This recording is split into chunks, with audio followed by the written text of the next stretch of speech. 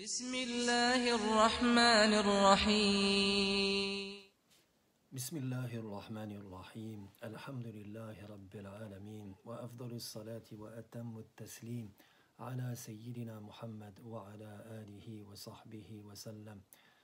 Amma ba'du, je m'adresse donc aux frères et aux sœurs de la mosquée, bien sûr Bilal de Meaux, mais au-delà, je m'adresse à tous les musulmans de France et même au-delà, puisque une pandémie, une épidémie atteint un grand nombre de personnes à travers le monde.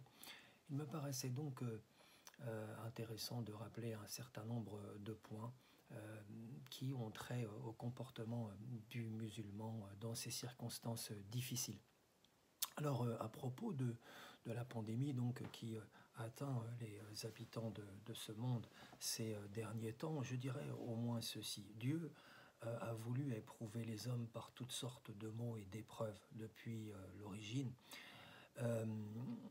Selon une loi universelle. Pourquoi? Eh bien, afin d'examiner leur foi, afin d'examiner leur sincérité, examiner leur capacité à s'entraider les uns les autres. C'est ainsi que le Seigneur dit dans le Coran: لَنَبْلُوَنَّكُمْ حَتَّى نَعْلَمَ الْمُجَاهِدِينَ مِنْكُمْ وَالصَّابِرِينَ وَنَبْلُوَ أَخْبَارَكُمْ, ce qui signifie: nous vous éprouverons pour connaître ceux de vous qui luttent, ceux qui sont constants, et pour éprouver ce que l'on rapporte sur vous.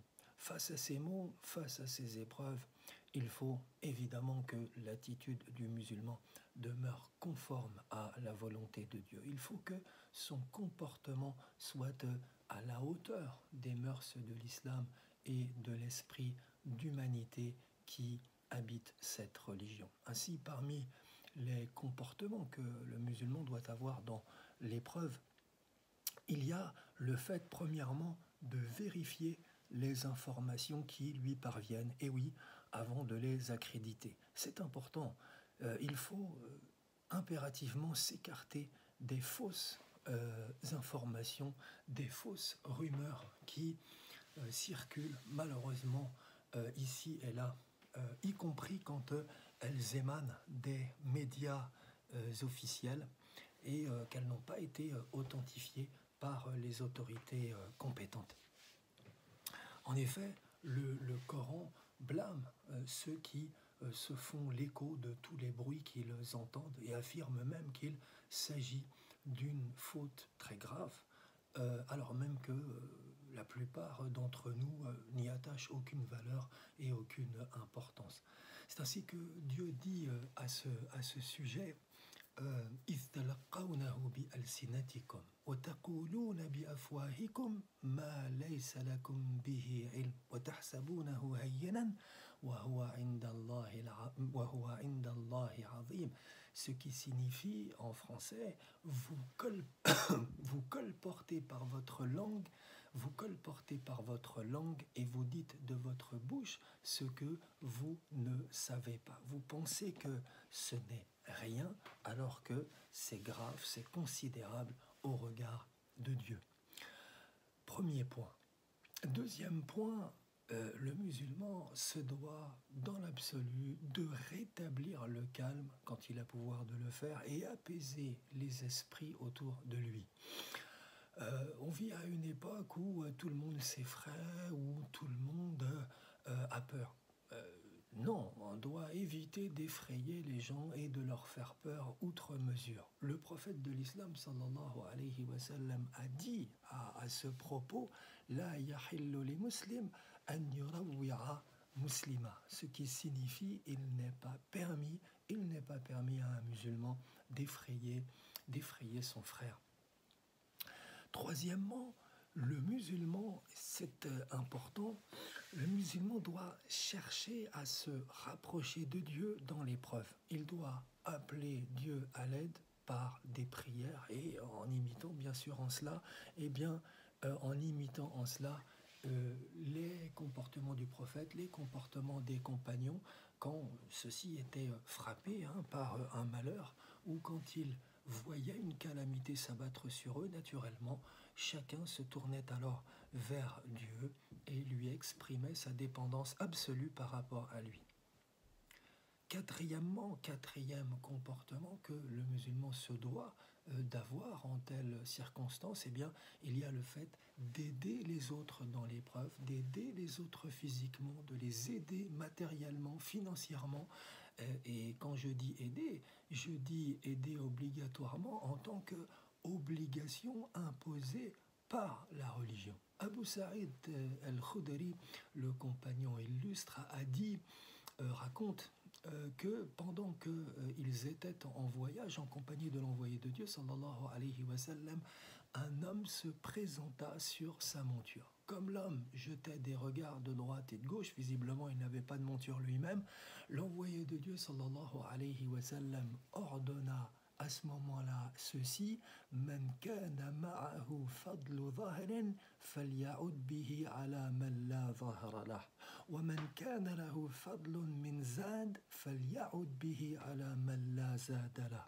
ثم ذكر النبي صلى الله عليه وسلم من أصناف المال ما ذكر حتى رأينا، الصحابي يتكلم، حتى رأينا أنه لا حق لأحد منا في فضل. Ce qui signifie, donc le prophète sallallahu alayhi wa sallam ordonna ceci, que celui qui possède une monture en plus la donne à celui qui n'en a pas, que celui qui possède des provisions en plus les donne à qui n'en a pas, et ainsi de suite. Le prophète sallallahu alayhi wa sallam énuméra plusieurs sortes de biens, plusieurs sortes de richesses, au point que les compagnons finirent par croire qu'aucun d'eux n'avait plus le droit de posséder le moindre superflu, le moindre argent en plus.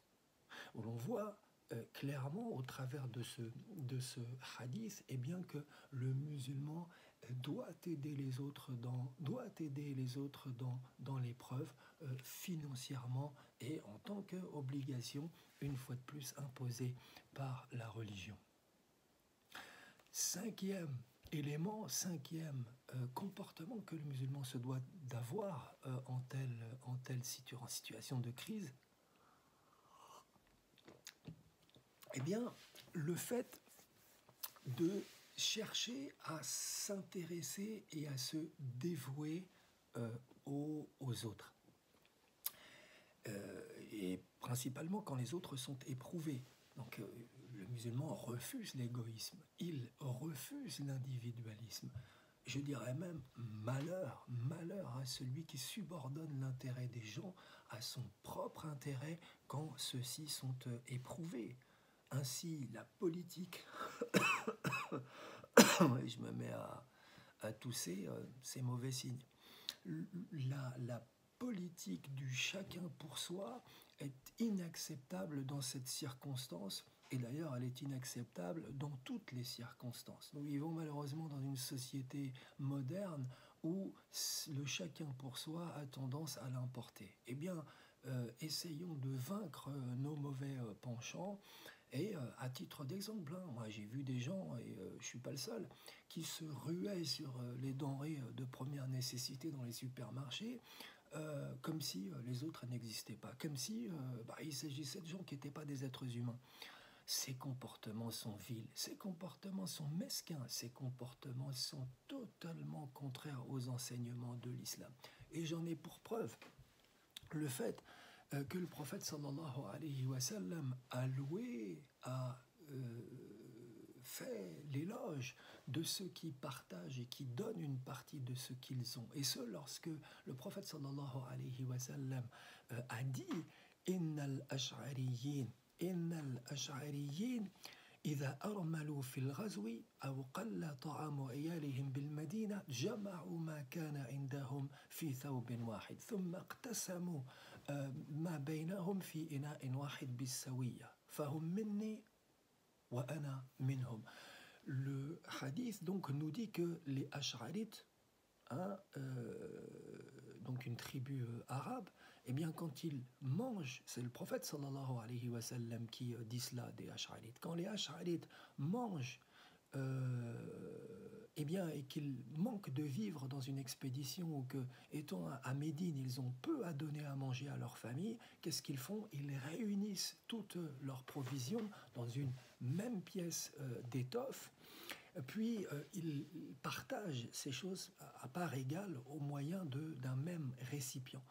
Ces gens sont de moi, dit le prophète sallallahu alayhi wa sallam, et moi je suis des leurs. Donc voyez comme les comportements auxquels on assiste malheureusement aujourd'hui eh bien, sont vils dans les supermarchés et ailleurs, hein, où l'égoïsme l'emporte finalement sur l'intérêt collectif.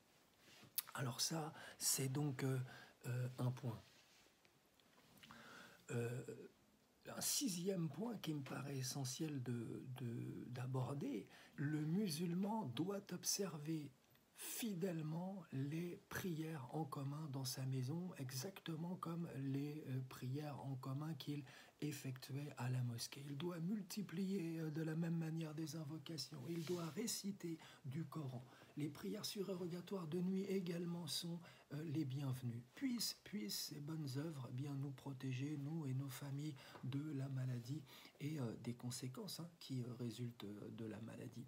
Et malheureusement, Dieu sait si ces conséquences risquent d'être grandes et d'être importantes, notamment au point de vue économique. Septièmement, le musulman se doit de montrer sa solidarité avec les personnes touchées par la maladie et en participant à leur peine, oui, et en s'associant à leur souffrance. Et tout cela, évidemment, par esprit d'humanité.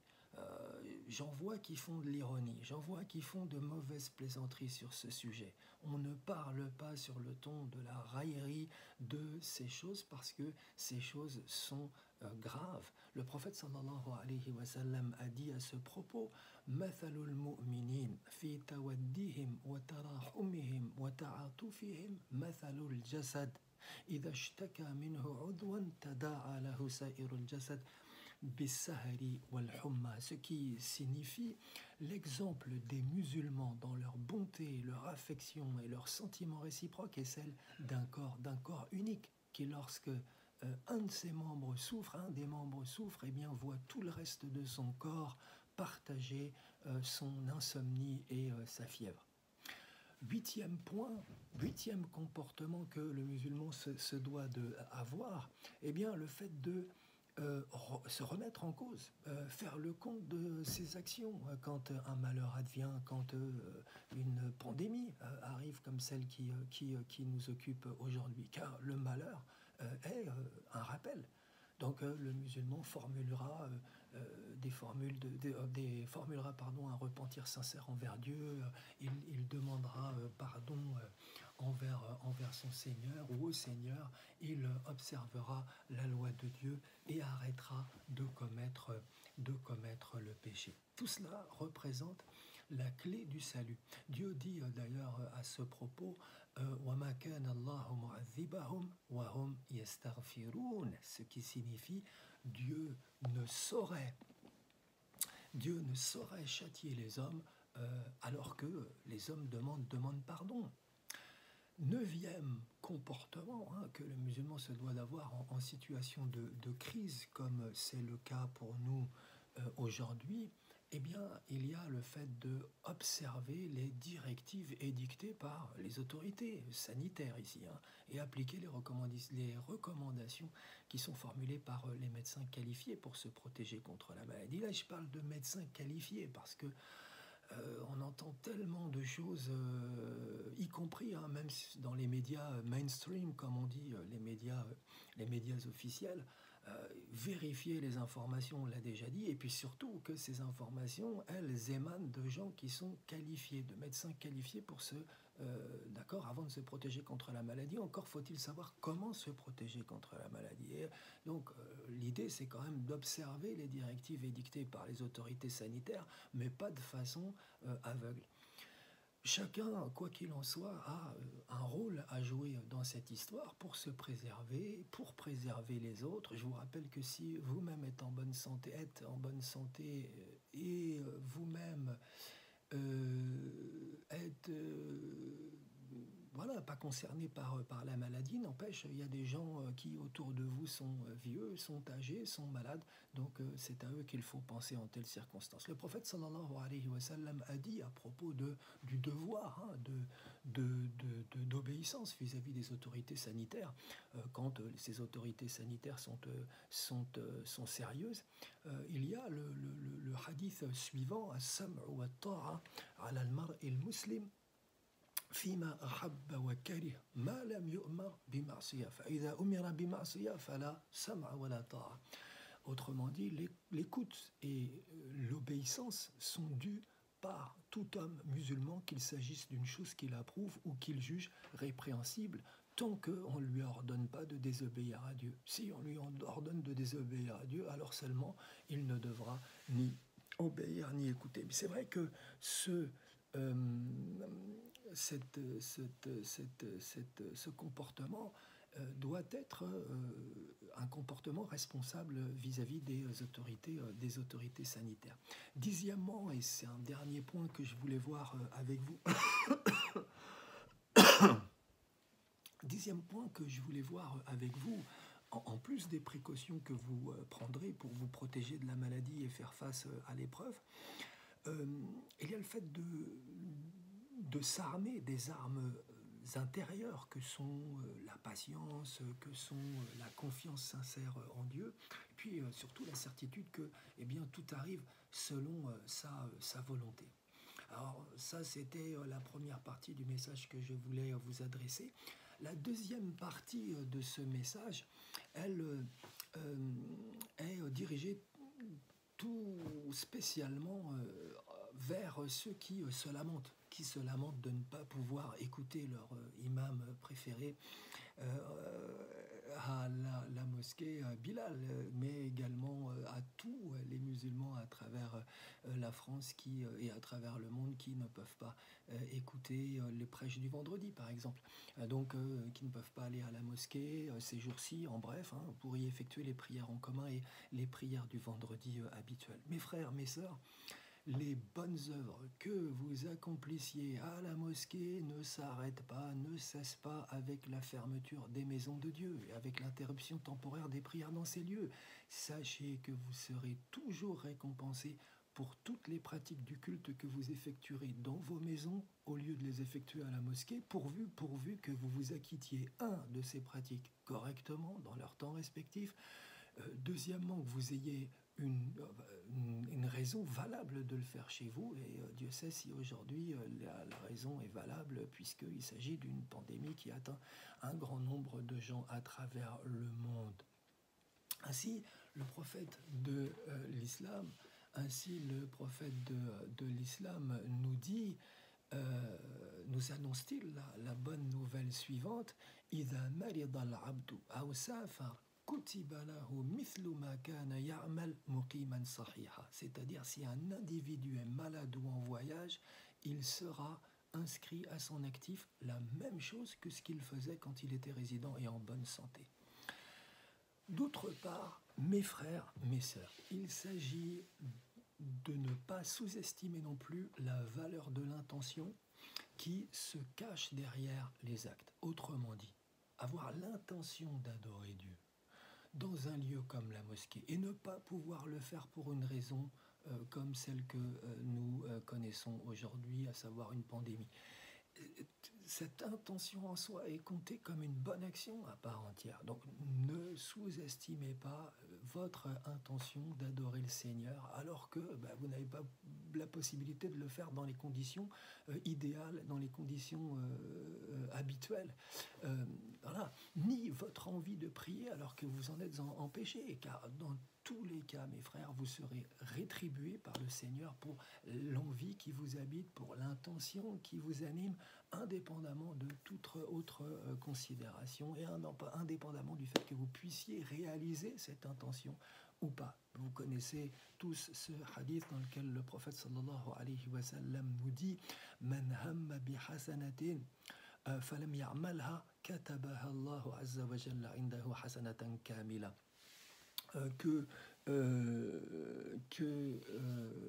l'on peut donc traduire de la façon suivante.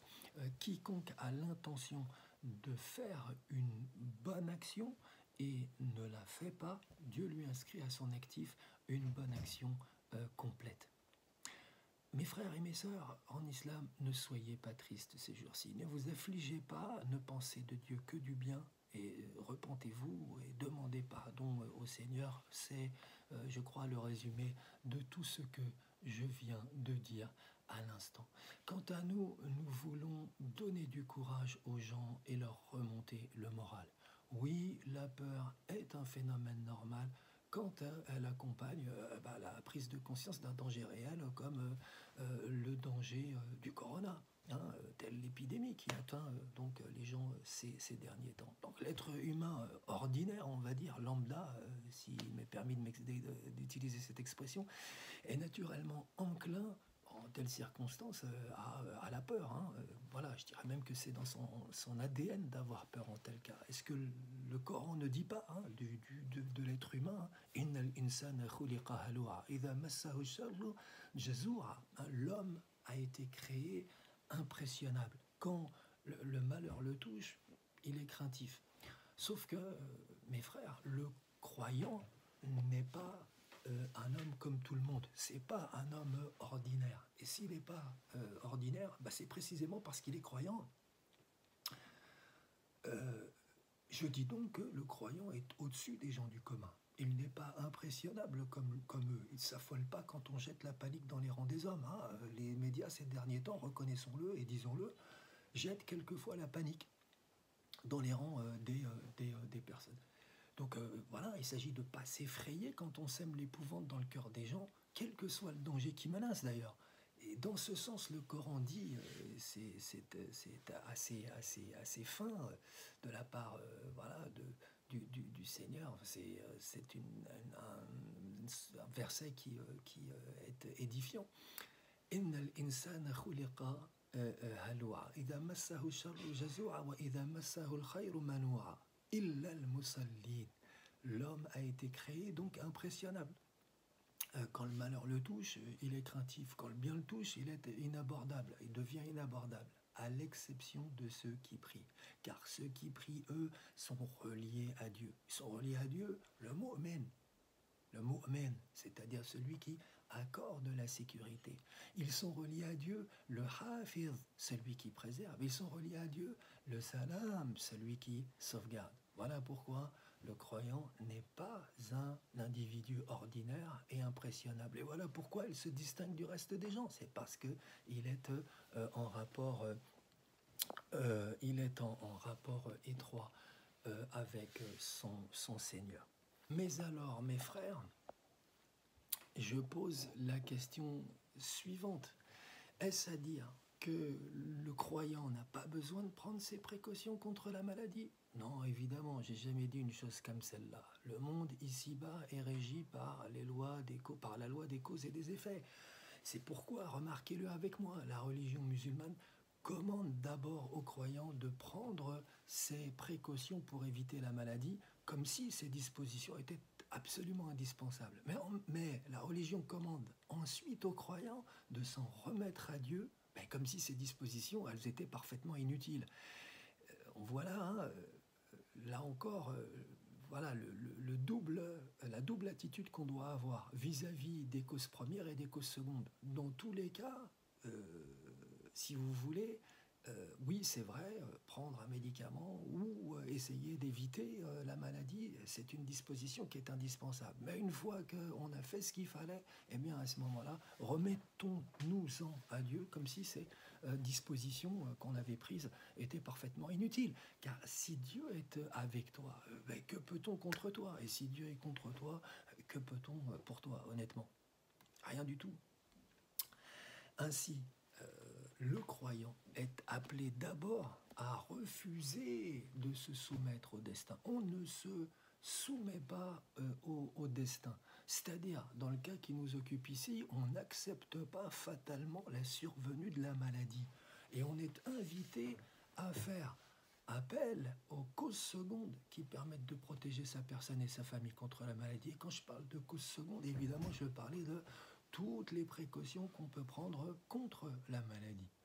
Masque, gants, etc. Donc, il m'est pas permis et il ne vous est pas permis, ni à moi ni à vous, d'invoquer une prétendue fatalité intérieure qui m'obligerait ou qui vous obligerait à suivre un plan défini d'avance pour justifier quelque part notre inaction devant la maladie. On doit être actif vis-à-vis de la maladie. On doit recourir aux moyens qui permettent de s'en protéger. Lesquels moyens, je vous le rappelle quand même, ont été déterminés et voulus par Dieu. En d'autres termes, il s'agit de recourir au destin pour éviter un autre destin. Dire, la cause et l'effet, elles relèvent toutes deux du décret de Dieu. Je vous donne un exemple qui illustre et qui explique cela. C'est ce récit que peut-être vous connaissez, mais que voilà, je vais continuer à... Je vais vous rappeler.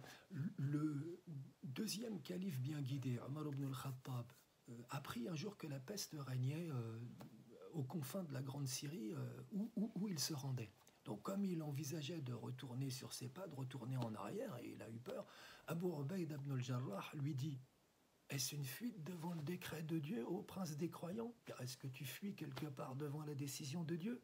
Omar lui répondit, apparemment il n'était pas content, « Ah, si ça avait été un autre qui avait dit, un autre que toi qui avait dit cela, ô Abu Ubayd. » Abu Ubayd a occupé une position particulière parmi les compagnons, donc visiblement Omar était déçu de voir que Abu Ubayd a lui posé une question comme celle-là.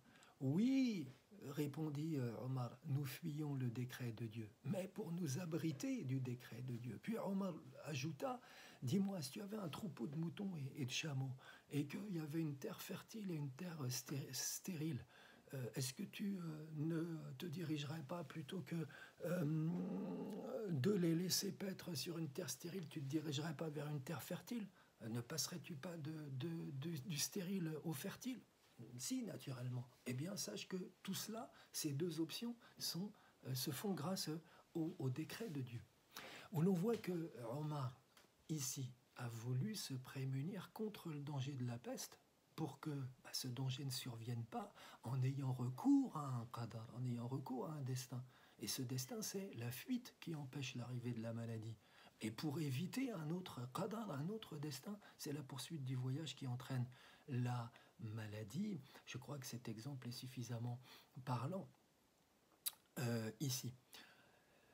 Je ne m'attarde pas parce que nous avons fait plus de 25 minutes et je vous propose maintenant cette invocation pour finir. On invoque évidemment pour tous nos frères et nos sœurs à travers le monde qui sont atteints de la maladie ou qui cherchent à s'en protéger. Et nous disons ceci. بسم الله الرحمن الرحيم الحمد لله وحده والصلاة والسلام على من لا نبي بعده ربنا ظلمنا أنفسنا وإن لم تغفر لنا وترحمنا لنكونن من الخاسرين نسأل الله الذي وسعت رحمته كل شيء أن يكشف عنا الضر يا رب وأن يقينا كل مكروه وشر وأن يحفظ علينا أمننا وسلامتنا وأن يردنا إليه ردا جميلا إنه سبحانه وتعالى رحيم ودود ونسأل الله سبحانه وتعالى أن يكشف عنا البلاء وأن يكشف عنا الوباء وأن يبارك لنا في شعبان ويبلغنا رمضان وأن يردنا إلى بيوته مردا جميلا عاجلا غير آجل يا أكرم الأكرمين ونسأل الله تعالى أن يعاملنا باللطف والإحسان في هذه الأيام وأن يجعلنا من أهل كمال الإيمان إنه سبحانه وتعالى حنان منان وصلى الله وسلم وبارك على سيدنا ومولانا محمد والحمد لله رب العالمين